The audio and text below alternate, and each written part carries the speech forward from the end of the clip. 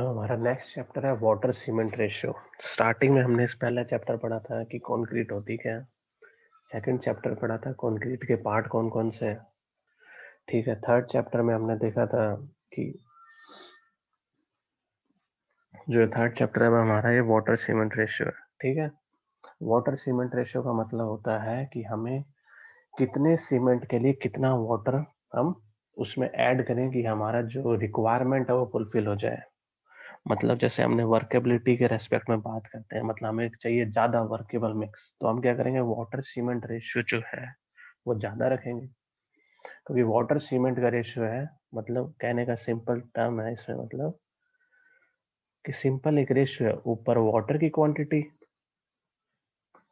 ठीक है, नीचे हुए सीमेंट की क्वांटिटी, बस दोनों की क्वांटिटी है, दोनों का वेट का रेशियो, वाटर अपॉन में सीमेंट रेशियो, सिंपल ही है। तो ये हमारा अगला चैप्टर है। तो बस इसमें कुछ नहीं, हम वाटर सीमेंट रेशियो के वेरिएशन के रिस्पेक्ट में हम अलग अलग चीजें देखेंगे कि वाटर सीमेंट रेशियो बढ़ने से सीमेंट पे, जो हमारी कंक्रीट की स्ट्रेंथ पे क्या इफेक्ट पड़ता है। ठीक है, अब्राहम्स लॉ क्या होता है। और उसके बाद में हमने देखा था कि भाई सीमेंट में जब तक वाटर ऐड नहीं करते हैं वो उसकी स्ट्रेंथ गेन नहीं करता है। तो सीमेंट की हाइड्रेशन कैसी होती है, जो स्टार्टिंग के बॉक्स कंपाउंड थे C3A C4AF, वो कैसे है ना पानी के साथ आके रिएक्ट करेंगे। इक्वेशंस में आपको ध्यान नहीं देना, आपको सिर्फ मेन हाइड्रेशन होता क्या है। ठीक है, अब्राहम्स लॉ से आप क्या समझते हैं, स्ट्रेंथ ऑफ कंक्रीट पे वाटर सीमेंट रेशियो का क्या इन्फ्लुएंस होता है। ठीक है, ये चीज आपके लिए मेन है।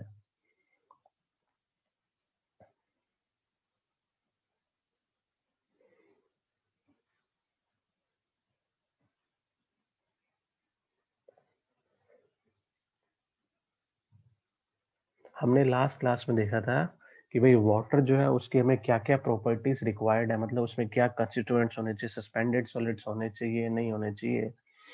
ठीक है, सब कुछ वो प्रॉपर्टीज हमने लास्ट क्लास में देख ली थी। ये तो वही है सारी। हम्म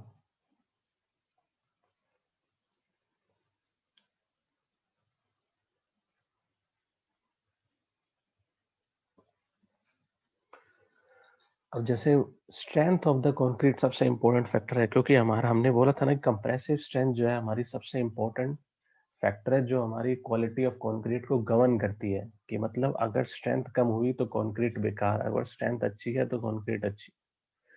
ठीक है।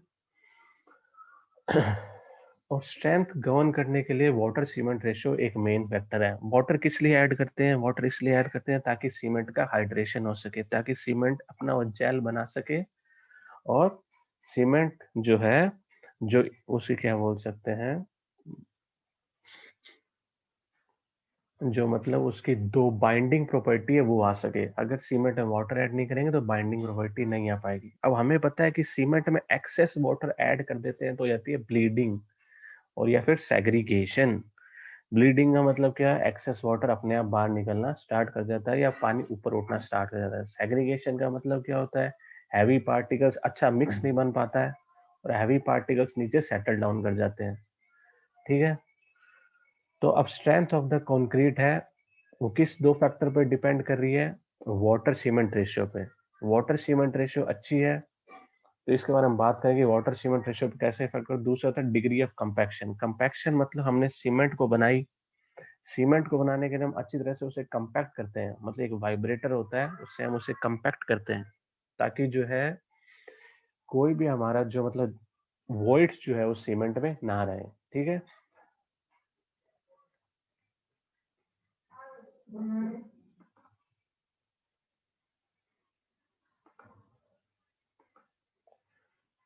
अब वाटर सीमेंट रेशियो का मतलब क्या होता है, वेट ऑफ वाटर अपॉन में वेट ऑफ सीमेंट। ठीक है। तो मतलब इसमें कहने का मतलब क्या है कि वाटर सीमेंट रेशियो जो है कभी 1 से ज्यादा यूज नहीं होगी। वैसे इस वाटर सीमेंट रेशियो वेरी करती है 0.35 टू 0.6 तक, मैक्सिमम इतनी ही वेरी करती है, उससे ज्यादा हम वाटर सीमेंट रेशियो का वेरिएशन नहीं होता। अब जैसे इसमें बोला हो गया, अगर वाटर सीमेंट रेशियो, ये वाली लाइन, अगर वाटर सीमेंट रेशियो 0.5 है तो इसका मतलब क्या है, तो वेट ऑफ वाटर रिक्वायर्ड पर 50 केजी ऑफ सीमेंट कितना हो जाएगा, 25 लीटर हमें पानी चाहिएगा।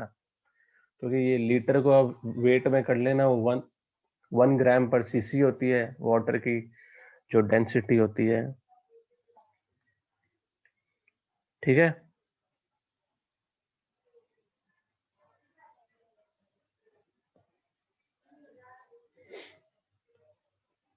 अब सबसे पहले आता है एब्राम्स लॉ। एब्राम्स लॉ हमें बताता है कि वाटर अगर सीमेंट रेशियो का जो सीमेंट की स्ट्रेंथ है उस पर क्या इफेक्ट पड़ता है। एब्राम्स लॉ ये कहता है कि जितना ज्यादा हम सीमेंट में वाटर कंटेंट इंक्रीज करेंगे, हमारी जो स्ट्रेंथ है, मतलब सॉरी, मतलब वाटर सीमेंट रेशियो जितनी ज्यादा इंक्रीज करेंगे, हमारी जो स्ट्रेंथ ऑफ द कंक्रीट है उतनी ही ज्यादा डिक्रीज करेगी। ठीक है, उन्होंने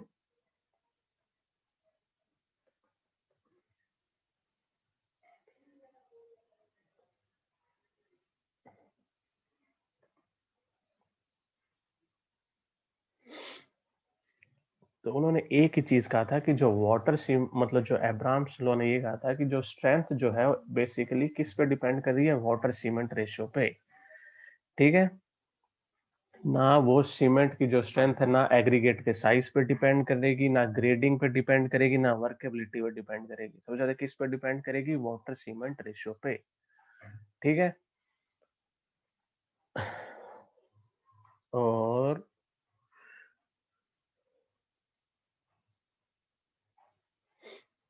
अब ये देख लो, strength of the cement paste depends upon the dilution of the paste. मतलब जितना ज्यादा हम डाइल्यूट करेंगे, मतलब जितना ज्यादा पानी ऐड करेंगे, वो उतने पे उस पर डिपेंड करती है। Strength of the concrete paste increases with cement content. मतलब कहना चाहता है कि जैसे जैसे हम सीमेंट कंटेंट इंक्रीज करेंगे, स्ट्रेंथ भी इंक्रीज करेगी, और डिक्रीज करेगी जैसे जैसे हम एयर और वाटर कंटेंट इंक्रीज करेंगे। इन्होंने एक अपना फॉर्मूला दिया था, S इक्वल्स टू ए की पावर बी एक्स। ठीक है, S स्ट्रेंथ बताता है, ए और बी कांस्टेंट है, और X है water cement ratio, by volume है, ये बाय वेट नहीं है। ठीक है, और ये इनका इन्होंने दो फॉर्मूले है, 7 डेज का और एक 28 डेज का। ठीक है, अब जैसे देखो, अगर मैंने वाटर सीमेंट रेशियो इंक्रीज कर दी, मान लो यहीं पे मैं 7 की पावर 0.3 लेता, तो मेरी स्ट्रेंथ क्या आती, यहाँ पे ज्यादा आती। ठीक है, और सिमिलरली अगर मैं 7 की पावर 0.6 कर दूं, तो वो और ज्यादा डिक्रीज हो जाएगी मेरी जो स्ट्रेंथ है। तो इसका मतलब कहने का मतलब यही हो गया कि मैं जैसे जैसे स्ट्रेंथ इंक्रीज करता जा रहा हूँ, sorry water cement ratio increase करता रहा हूँ, मेरी स्ट्रेंथ पे इफेक्ट पड़ रहा है। ये है वाटर सीमेंट रेशियो का एब्राहम्स लॉ। एब्राहम्स लॉ की कुछ लिमिटेशन है कि भाई हमेशा ये वैलिड जब भी होगा जब आपकी जो क्या बोलते हैं कंक्रीट है वो फुली कंपैक्टेड है, वो अगर स्टैंडर्ड टेम्परेचर पे बनाई गई है। ठीक है, और जो साइज ऑफ द कंक्रीट और जो स्पेसिमन हमने टेस्ट किया वो सेम एज के होने चाहिए, और हमेशा मॉइस्चर रहना चाहिए।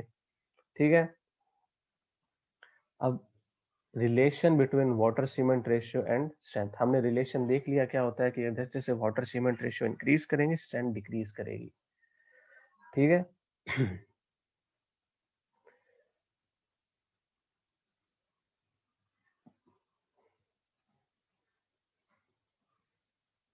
अब जैसे यहाँ पे बताया हुआ था, lower is the water cement ratio the higher will be the strength of the concrete and vice versa. ठीक है, अब ये बता रखा कि अगर देखो ये वाला एक ग्राफ देख लो 28 डेज वाला, जैसे जैसे हम वाइब्रेट मतलब वाटर सीमेंट रेशियो इंक्रीज करते जा रहे हैं, जो स्ट्रेंथ है वो डिक्रीज होती जा रही है। मतलब एक रेक्टेंगुलर पैराबोला जैसा कर्व बनता जा रहा है। ठीक है, तो ये चीज हमें एब्राम्स लॉ से पता चलती है, और एब्राम्स लॉ के लिमिटेशन क्या है। एब्राम्स लॉ के दो या तीन ही लिमिटेशन है। ठीक है, और एब्राम्स लॉ का फॉर्मूला क्या होता है, S इक्वल्स टू ए की पावर अपॉन बी एक्स। हमें ये याद नहीं करना 7 डेज पे कितना था, 28 डेज पे कितना था। ठीक है, हमें सिर्फ ये पता होना चाहिए कि उससे होता क्या है।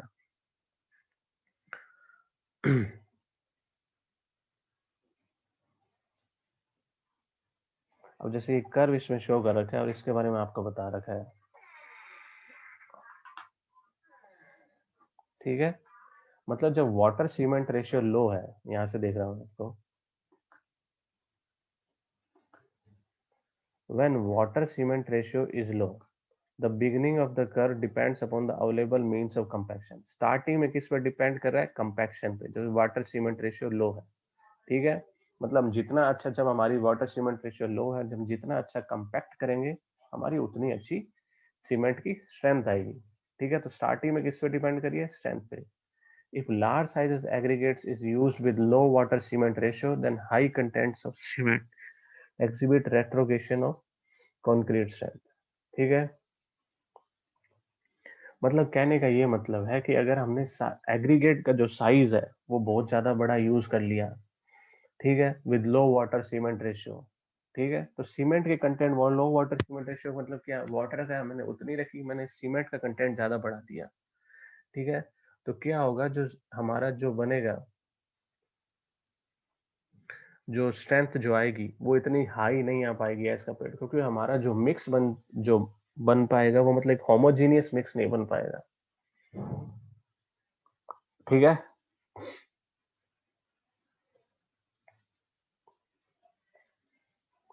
और सिमिलरली आगे जैसे जैसे हम इस कर्व में आगे बढ़ते जाएंगे, तो जितने देर वाटर सीमेंट रेशियो इंक्रीज करती जाएगी और स्ट्रेंथ उतनी डिक्रीज कर जाएगी।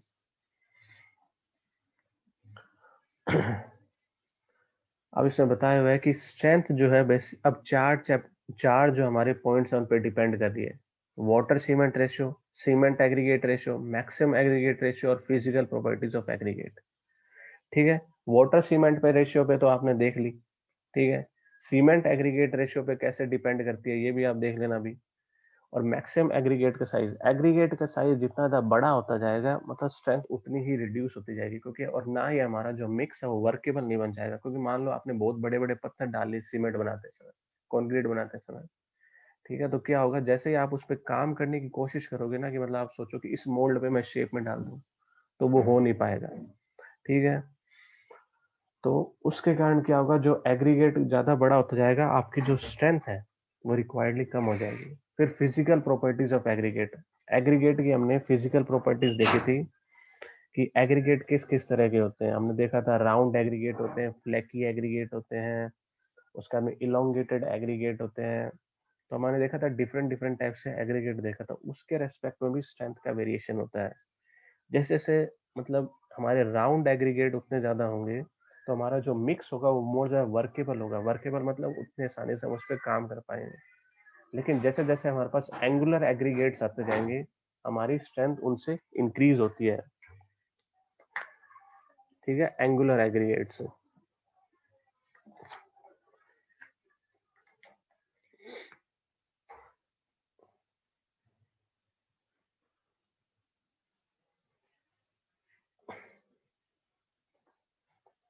अभी तक बताऊंगा, किसी को डाउट है तो।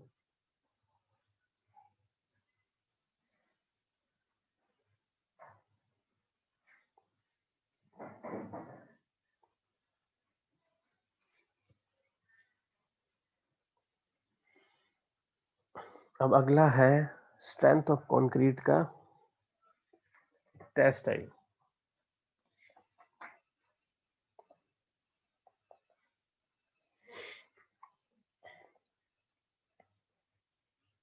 देखो, स्ट्रेंथ ऑफ कंक्रीट का टेस्ट करने के लिए ये भी एक तरह का स्टैंडर्ड टेस्ट है। तो इसमें कोई भी ग्रेड की हम कंक्रीट ले लेंगे, M20, M15, M10। ठीक है, उनके रेस्पेक्ट में हम मिक्सचर बनाएंगे। जैसे M10 की रेशियो होती है 1:1.5:3। ठीक है, तो मतलब सीमेंट का एक, जब हम सीमेंट अगर मान लो 1 किलो लेंगे, तो फाइन एग्रीगेट लेंगे उसका 1.5 गुना, और कोर्स एग्रीगेट लेंगे उसका 3 गुना। इस तरह से वेरिएशन होता है। ठीक है, तो उस तरह की हम,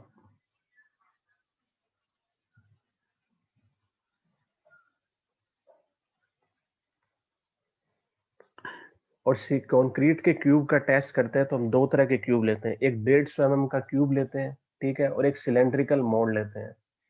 सिलेंड्रिकल मोल्ड के जो डायमीटर होगी वो 150 mm होगी, और हाइट उसकी 300 mm होती है।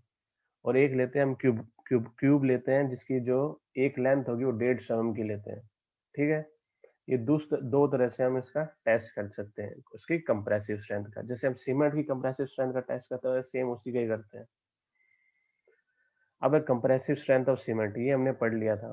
इसके लिए हमने देखा था कि हमें 3 इसमें मेन चीज चाहिए, एक सीमेंट चाहिए, एक सैंड चाहिए और एक वाटर चाहिए। तो हमने बोला था कि हम 200 ग्राम सीमेंट ले लेंगे, तो उसका 1:3 की रेशियो में हम सैंड ले लेंगे। तो 3 गुना हम ले लेंगे, क्या लेंगे, सैंड लेंगे। और सैंड कौन सी लेंगे, स्टैंडर्ड टेस्ट के लिए एनोड सैंड लेते हैं, ठीक है। उसके बाद हम क्या करेंगे, उसे उसमें वाटर का वेट लेंगे। वाटर का वेट कैसे लेंगे, P/4 + 3 का whole percent of whole mixture, जितना मिक्सचर हमने बनाया है। P/4 हमने देखा था पिछली बार, हमने मान लिया कि P की वैल्यू आ गई 24%, तो कितना हो जाएगा, इस बाई वैल्यू की हो जाएगी 11% हो जाएगी इसकी वैल्यू, क्योंकि 4 6 9% हो जाएगी इसकी वैल्यू। तो हम 9% क्या लेंगे, 800 ग्राम का 9% ले लेंगे, मतलब 72 ग्राम ऑफ वाटर रिक्वायर्ड हो जाएगा, ठीक है। तो हम क्या करेंगे, तीनों को एक तरह से मिक्स कर लेंगे। मिक्स करने के बाद क्या करेंगे, ठीक है, उसके बाद जो हमारी मोल्ड होगी साइज, अब सीमेंट की मोल्ड का साइज कितना होता है, मुझे ये बताओ कोई।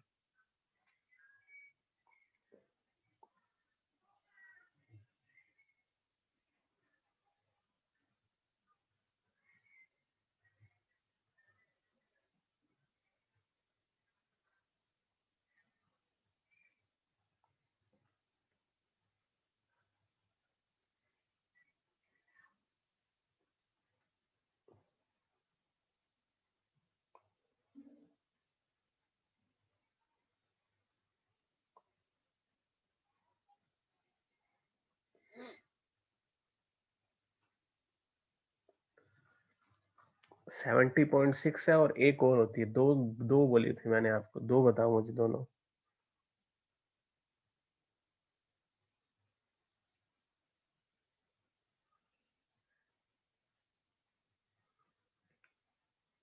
1 70.6 है और एक 75 है, ठीक है। तो दोनों जो कोई भी एक तरह की मोल्ड हम ले लेंगे, ठीक है।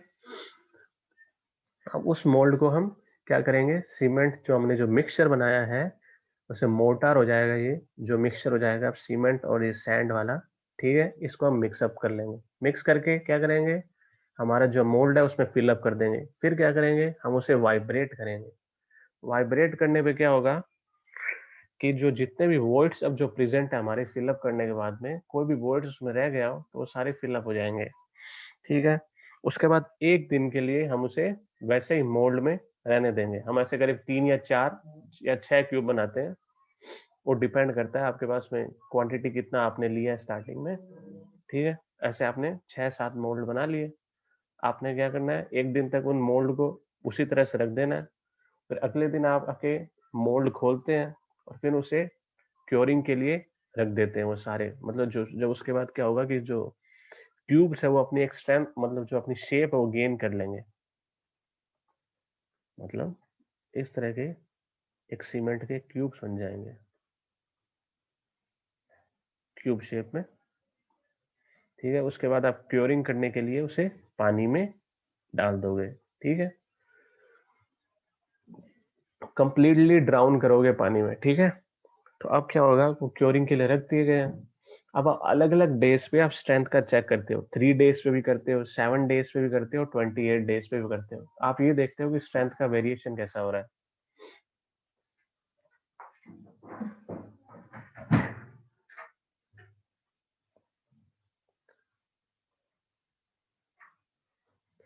ठीक है। और आप उसके बाद में कौन उसका 3 डेज और 7 डेज और 28 डेज पे उसकी कंप्रेसिव स्ट्रेंथ का चेक करोगे। कंप्रेसिव स्ट्रेंथ चेक करने के लिए हम सीटीएम यूज करेंगे, ठीक है। और सीटीएम में जो होगा वो लोड वेरी करेगा, तो उसके बाद हमें सीटीएम से डायरेक्टली लोड हमें मशीन्स में शो हो जाता है। और हमें अब मुझे एरिया बताओ इसका कितना आता है, कि हमने 75 का क्यूब लिया है, उसका एरिया बता दो।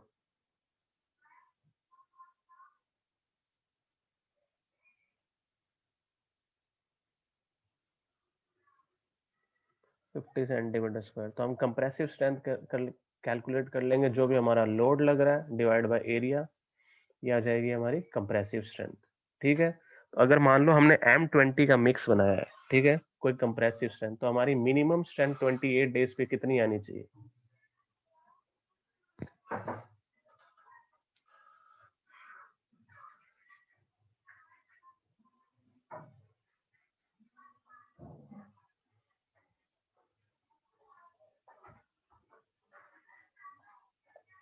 मैंने पूछा है कि हमने मानो M20 कंक्रीट की स्ट्रेंथ हम बनाना चाहते हैं, तो मिनिमम स्ट्रेंथ मेरी 28 डेज पे कितनी आनी चाहिए? 20, सही है। ठीक है, जो मेरी स्ट्रेंथ आएगी वो 20 से ज्यादा ही आएगी हर बार, ठीक है, पर लेकिन मिनिमम कितनी आनी चाहिए? 20। उसी के लिए हमने डिजाइन किया है, ठीक है। और हम जो वाटर, जो सीमेंट और इनका जो रेशियो लेते हैं 1:2 जितना भी लेते हैं, वो हमेशा बाई वेट होता है, ठीक है, क्योंकि हमें पता है सैंड में बल्किंग हो जाती है इसलिए। लेकिन जो स्टार्टिंग के स्टैंडर्ड मिक्सचर है M10, M15, M20 और M25, इनकी जो वैल्यू होती है M20 तक, इनकी हम लेते हैं बाई वॉल्यूम।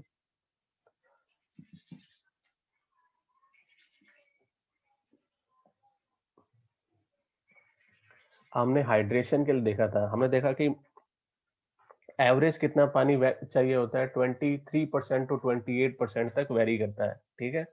तो उसमें 24 भी हो सकता है, 25 भी हो सकता है, वो डिपेंड करता है सीमेंट पे, ठीक है। अब उसके बाद में हमने देखा था कि स्टार्टिंग में अर्लियर मैंने बताया था कि आपको पहले जो होता था 38% वाटर रिक्वायर्ड होता था, तो कितना 15% वॉइड के लिए होता था और 23% होता था सीमेंट के हाइड्रेशन के लिए, ठीक है। तो हमें पता है कि सीमेंट में मेन जो बॉक्स कंपाउंड थे वो थे C3S, C2S, C3A, C4AF। तो हमने 4 कंपाउंड मेन देखे थे। सबसे ज्यादा क्वांटिटी किसकी होती है? C3S की, फिर C2S की, फिर C3A की और फिर C4AF की, ठीक है। सबसे पहले जो हाइड्रेशन में रिएक्शन करेंगे वो होते हैं C3A और C4AF, ठीक है।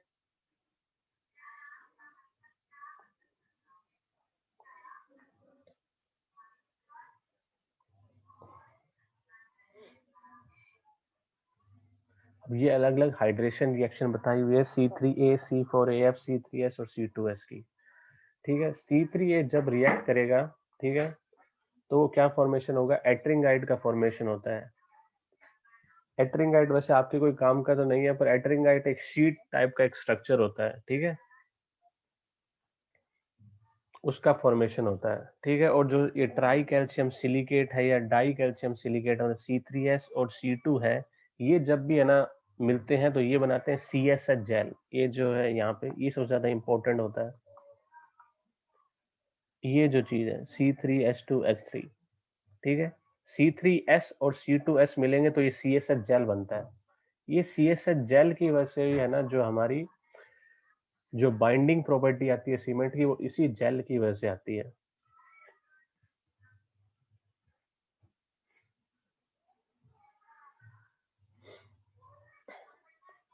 ठीक है। सीमेंट में बाइंडिंग प्रॉपर्टी किससे आती है? CSH जेल से आती है, ठीक है। तो ये CSH जेल हमें मेन याद रखना है, बाकी हमें ये याद नहीं रखना कि एट्रिंगाइट फॉर्मेशन होता है नहीं होता है, कौन सी रिएक्शन होती है, ठीक है।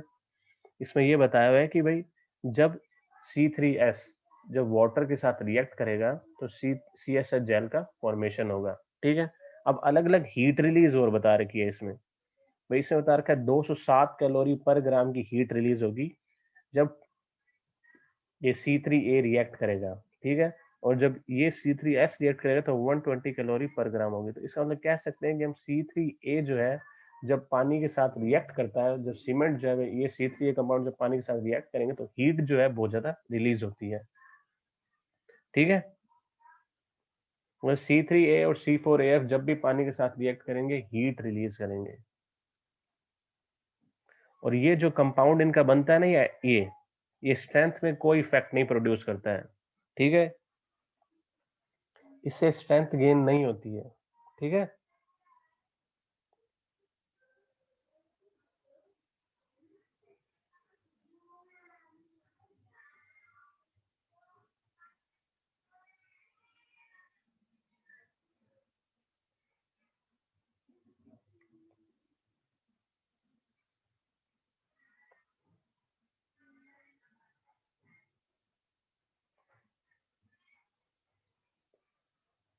अब बताओ किसी को कोई डाउट है तो अभी तक?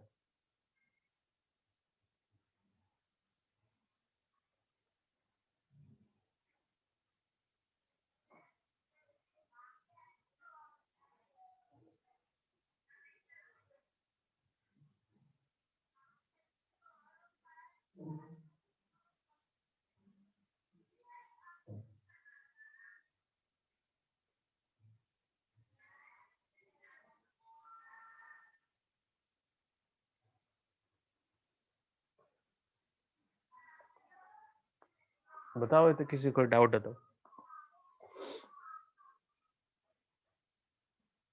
हाँ प्रॉपर्टीज सीमेंट चैप्टर खत्म हो गया। नेक्स्ट चैप्टर आपका वाटर सीमेंट रेशियो। एक बात है सब कंटिन्यूअस ही है, कोई चीज नहीं है कि सब चैप्टर आपके काम के ही हैं। ये नहीं है कोई में ज्यादा डिफरेंस है किसी चैप्टर में।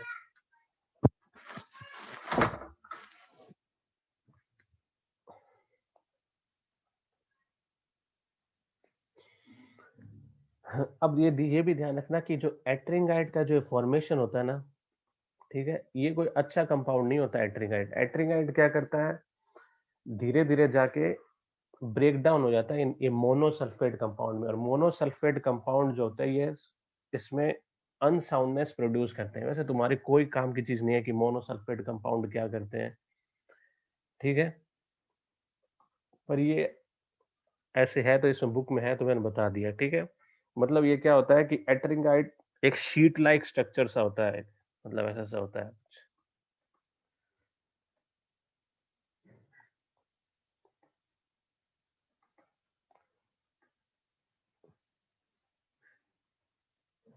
ठीक है, इसके ऊपर एक और शीट सी होती है ऐसे ही, और इस तरह से कनेक्टेड से होता है। मतलब ये इनका एक केमिकल जो स्ट्रक्चर होता है ऐसा कुछ होता है, ठीक है।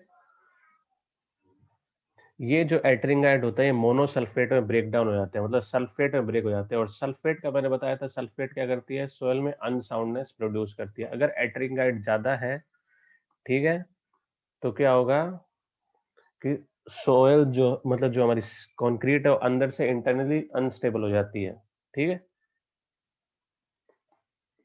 कोई मतलब नहीं है क्या होता है, कौन सी रिएक्शन कैसे होती है, हमें सिर्फ ये पता होना चाहिए सी एस एच जेल बनता है C3S और C2S से, ठीक है। अब आपने देखा C2S में सबसे ज्यादा कम हीट रिलीज होती है।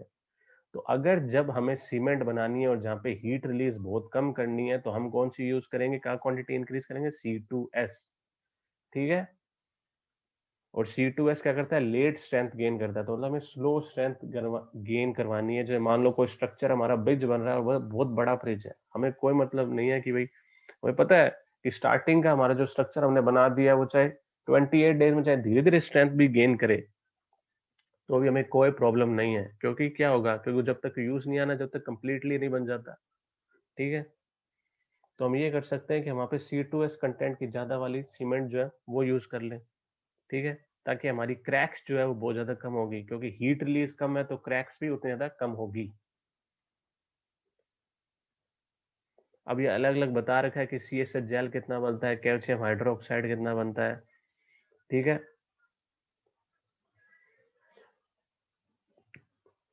ठीक है, रिएक्शंस जो है आपको याद नहीं करनी है, बस आपको पता होना चाहिए बस CSH जेल का फॉर्मेशन होता है। अब वाटर सीमेंट रेशियो का इफेक्ट मैंने बता दिया कि स्ट्रेंथ के हिसाब से आप वैसे वाटर सीमेंट रेशियो इंक्रीज करते जाओगे, स्ट्रेंथ जो है आपकी डिक्रीज करती जाएगी।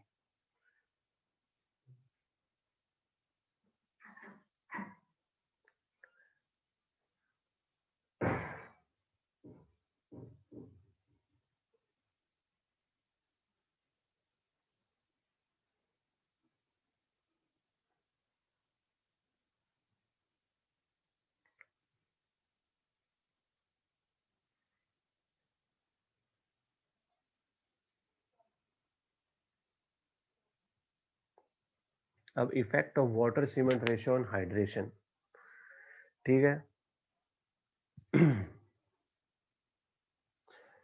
तो वाटर सीमेंट रेशियो का हाइड्रेशन पे क्या इफेक्ट करता है, हमने देख लिया कि हाइड्रेशन पे क्या, मतलब हाइड्रेशन पे स्ट्रेंथ पे इफेक्ट देख लिया हमने, हाइड्रेशन पे कैसे इफेक्ट करता है। अब मान लो आपने वाटर सीमेंट रेशियो जो है अपने कम यूज कर ली, तो क्या होता है कि इसमें जो सीमेंट में जो होते हैं वॉइड्स बहुत ज्यादा प्रेजेंट होते हैं। तो कई बार क्या होता है कि जो पानी होता है उनमें जाके फंस जाता है, ठीक है।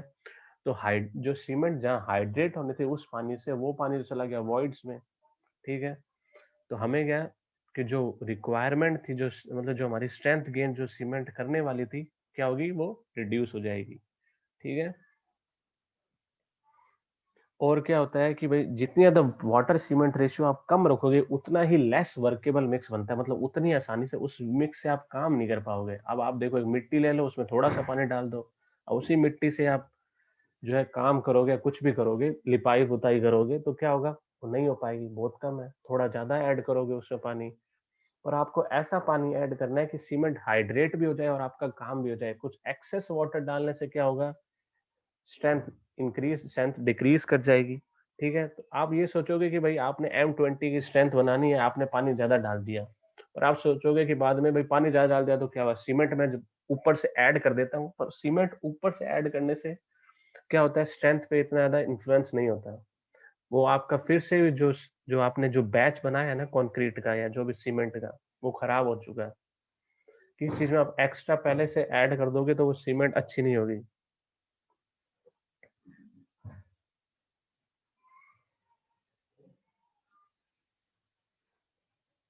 अब effect of temperature on hydration. ठीक है, टेम्परेचर का इफेक्ट भी ये होता है कि अगर जितना ज्यादा टेम्परेचर होगा तो भैया ह्यूमिडिटी जो है, मतलब क्या होगा, मतलब जो वाटर रिटेन करने की जो उसकी क्वांटिटी होगी वो ज्यादा कम हो जाएगी। ठीक है, और उसके बाद में जो पानी जो है वो बहुत जल्दी लूज हो जाएगा एटमॉस्फेयर में। ठीक है, मतलब पानी इवेपोरेट हो जाएगा, तो आपका जो इतना ज्यादा जल्दी जल्दी आप काम करने की सोच रहे थे उस पेज से, वो उतना ज्यादा थिकन हो जाएगा। ठीक है,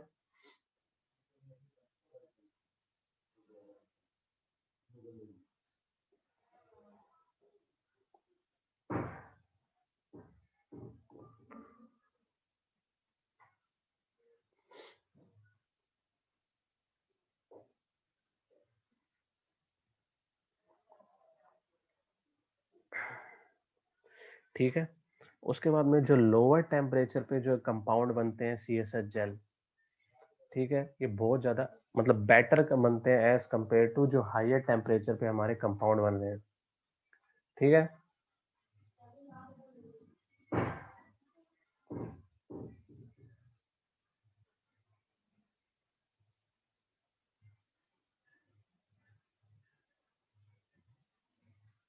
अब लास्ट है effect of maximum size on aggregate of strength. ठीक है, मैंने साइज के बता दिया कि साइज ज्यादा इंक्रीज करने से हमारी स्ट्रेंथ है ना, इंक्रीज तो होती है, पर हमारा जो है ना इतनी इंक्रीज नहीं हो पाती जो हमें रिक्वायरमेंट है। मतलब ज्यादा एग्रीगेट के साइज होंगे तो क्या होगा, हमारा लेस वर्केबल मिक्स बनेगा। उसके बाद में हमारा जितना ज्यादा लार्जर द, ठीक है, उतनी ही कम वाटर सीमेंट रेशियो, मतलब जो वाटर का रिक्वायरमेंट, मतलब जितना ज्यादा एरिया बड़ा होता है ना किसी भी चीज का, तो मतलब एज कम्पेयर टू टोटल जो सरफेस एरिया वो लेस होता है। मतलब एक मान लो एक बड़ा एग्रीगेट ले लो आप, ठीक है, इस एग्रीगेट का सरफेस एरिया, और इसी एग्रीगेट को मैंने क्रश करके सैंड में कम बना दिया, छोटे छोटे पार्टिकल्स में कर दिया, तो इस एग्रीगेट का जो सरफेस एरिया होगा वो कम होगा as compare to this aggregate का। जो हमारी जो सैंड जो मैंने बना दी इस एग्रीगेट को क्रश करके छोटे छोटे पार्टिकल्स में, इसका जो सरफेस एरिया वो ज्यादा होगा। ठीक है, वो तो समझ में आ गया ना क्यों ज्यादा होगा।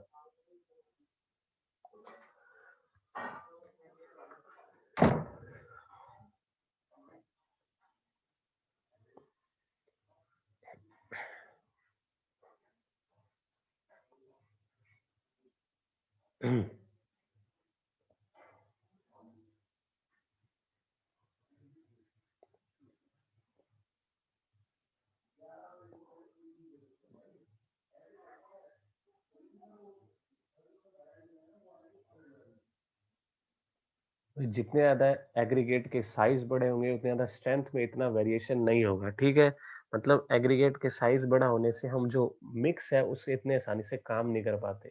ये लगता है कि हमें कि भाई जो हम स्ट्रेंथ का जितना ज्यादा इंक्रीज कर जाएंगे, मतलब एग्रीगेट उतना जितना बड़ा बड़ा डालेंगे, ठीक है, उतना ज्यादा अच्छा होगा। लेकिन देखना, एग्रीगेट जितना ज्यादा बड़ा डालोगे आप, वॉइड्स भी उतने ही बड़े होते जाएंगे। मतलब वॉइड्स फिलअप के लिए आपको जो फाइनर एग्रीगेट है वो ज्यादा रिक्वायर्ड होगा फिर। ठीक है, और जो कंप्लीटली जो वॉइड्स फिलअप होने थे वो भी नहीं हो पाएंगे। ठीक है, तो उससे ज्यादा क्या होगा, जितने ज्यादा बड़े एग्रीगेट्स होंगे उतना ज्यादा सेग्रीगेशन होगा। मतलब क्या होगा, बड़े पार्टिकल्स जो होंगे वो सेटल डाउन कर जाएंगे नीचे, और जो सीमेंट और वाटर है वो ऊपर, और सैंड जो है ऊपर फ्लोट करने लग जाएगी। तो उससे क्या होगा कि भाई हनी कॉम टाइप के स्ट्रक्चर बन जाते हैं सीमेंट में। मतलब जो आप कंक्रीट है, कभी सरफेस में क्या होता है, कई बार क्या होता है, कहीं पे सेग्रीगेशन हो जाता है तो हनी कॉम टाइप का स्ट्रक्चर बनता है। वहां पे क्या होता है कि एग्रीगेट्स अलग हो जाते हैं, सीमेंट अलग हो जाते हैं, जिसके कारण क्या होता है हम उन्हें तोड़ के उतने एरिया को दोबारा बनाते हैं। तो इसलिए साइज ज्यादा इंक्रीज करने से सीमेंट की स्ट्रेंथ इंक्रीज नहीं करती। ठीक है, हमें एक ऐसा साइज चाहिए जिससे क्या होगा कि भाई हमारा सीमेंट वर्केबल भी बने और साथ में हमारी जो उसकी स्ट्रेंथ है वो इंक्रीज भी हो, मतलब स्ट्रेंथ भी अच्छी हो और वॉइड्स भी हमारे जितने हो कम हो।